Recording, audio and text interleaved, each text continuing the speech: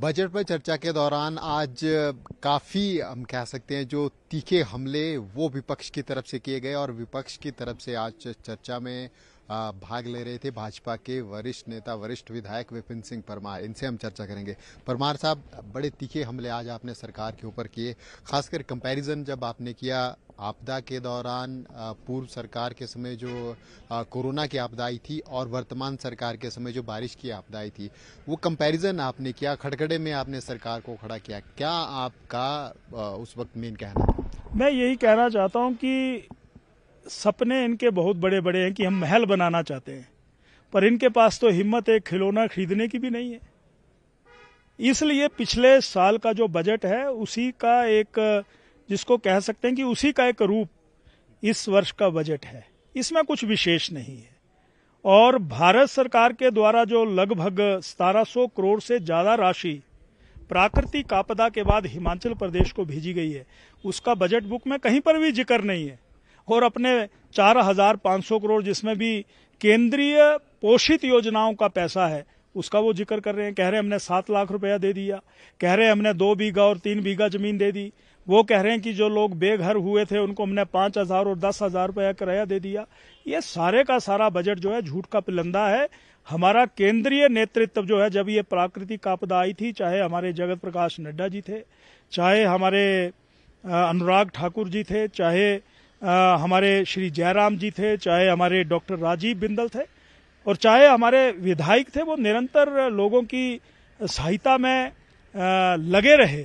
परंतु उन बातों का यहाँ पर जिक्र नहीं, अपना ही गुणगान, अपनी पीठ अपने आप ही थपथपा रहे हैं। हमने कोरोना में भी कष्ट झेला है, संकट झेला है, जिंदगी मौत को गले लगा रही थी, पर हम लोगों के साथ, इसलिए नहीं कि राजनीति वोट बने, इसलिए कर रहे थे कि मानवता और मानव जिंदा रहना चाहिए। तो इसलिए मुझे आज कंपैरेटिव सारी बात यहाँ पर रखनी पड़ी है। ये मैं कहना चाहता हूँ। और ये बजट पूरी तरह से जनता विरोधी है, उसमें कुछ भी विशेष नहीं है। मुख्यमंत्री के रोबोटिक सर्जरी के ऊपर भी आपने सवाल उठाए, जो मुख्यमंत्री ने पहले ही अपने बजट भाषण में कहा था कि उस दिशा में हिमाचल बढ़ रहा है। आज उसके ऊपर आपने सवाल। देखिए, एक तो पूरे संस्थान पूरे हिमाचल प्रदेश में जिसको कह सकते हैं कि कर्मचारियों के, डॉक्टर्स के, पैरामेडिकल के या अन्य जो भी कर्मचारी हैं उनके अभाव में गुजर रहे हैं। अब इन 5 सालों में, इन 14 महीनों में एक भी डॉक्टर की भर्ती नहीं हुई है। डॉक्टर की एनपीए बंद कर दिया गया। एक स्पेशलिस्ट डॉक्टर बनने के लिए 8 साल लगते हैं, एसआर करने के बाद 10 साल लगते हैं। उनके लिए कोई अलग से कैडर नहीं बनाया गया। कह रहे हैं कि हम आदर्श हॉस्पिटल हर विधानसभा में बनाएंगे।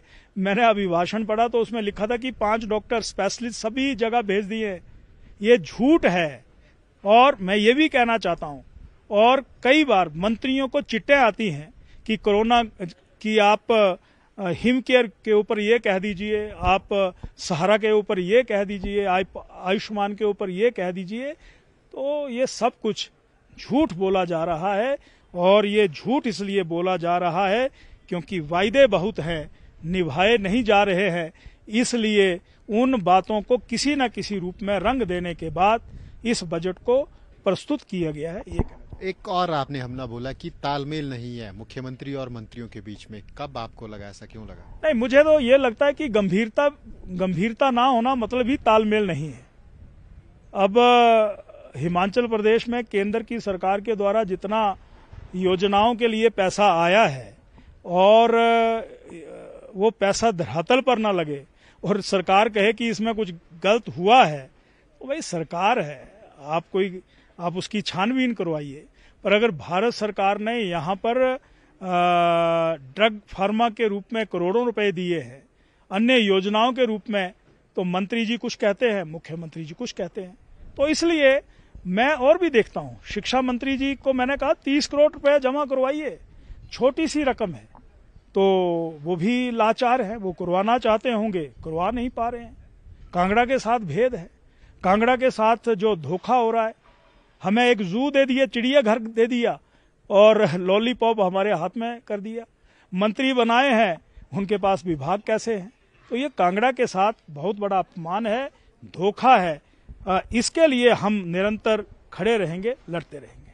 तो विपिन सिंह परमार हमारे साथ थे और आज तीखे हमले इन्होंने विधानसभा में बजट पर चर्चा के दौरान सरकार के ऊपर किए और कई सवाल भी खड़े किए। वीडियो जर्नलिस्ट दीपक के साथ राजेंद्र शर्मा, न्यूज़ 18 हिमाचल।